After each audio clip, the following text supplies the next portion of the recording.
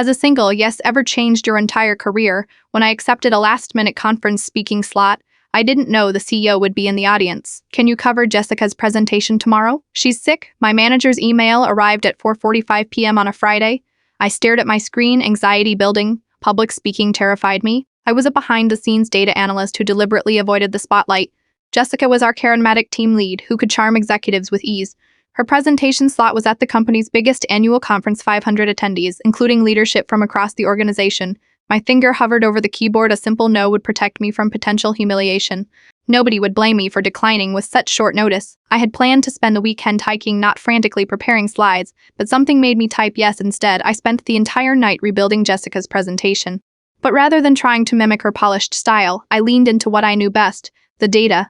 I scrapped her beautiful but vague slides about synergistic opportunities and replaced them with specific visualizations showing exactly where our department was succeeding and failing. By 4 a.m., I had built a presentation that was nothing like what Jessica would have delivered.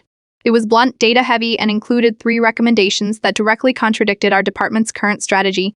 Walking onto that stage the next morning, sleep-deprived and terrified, I nearly turned around and fled. But it was too late. The room was packed, and the moderator was already introducing me. For 20 minutes, I walked the audience through our department's metrics with unfiltered honesty. These numbers show our current approach isn't working, I said, pointing to a particularly damning graph. We need to completely rethink our customer retention strategy.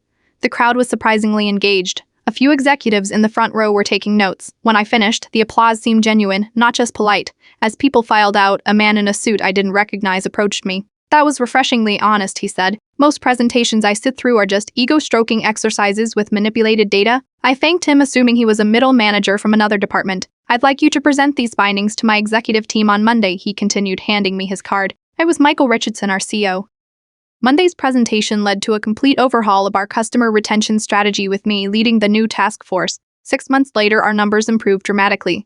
A year after that single yes, I was promoted to Director of Strategic Interfacing, a position created specifically for me.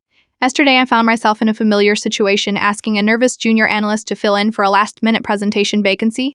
I saw the fear in her eyes, the same fear I had felt. It's okay to be scared, I told her, but sometimes the most important career moments come from saying yes when every instinct tells you to say no. She took a deep breath and nodded. Yes, she said, I'll do it.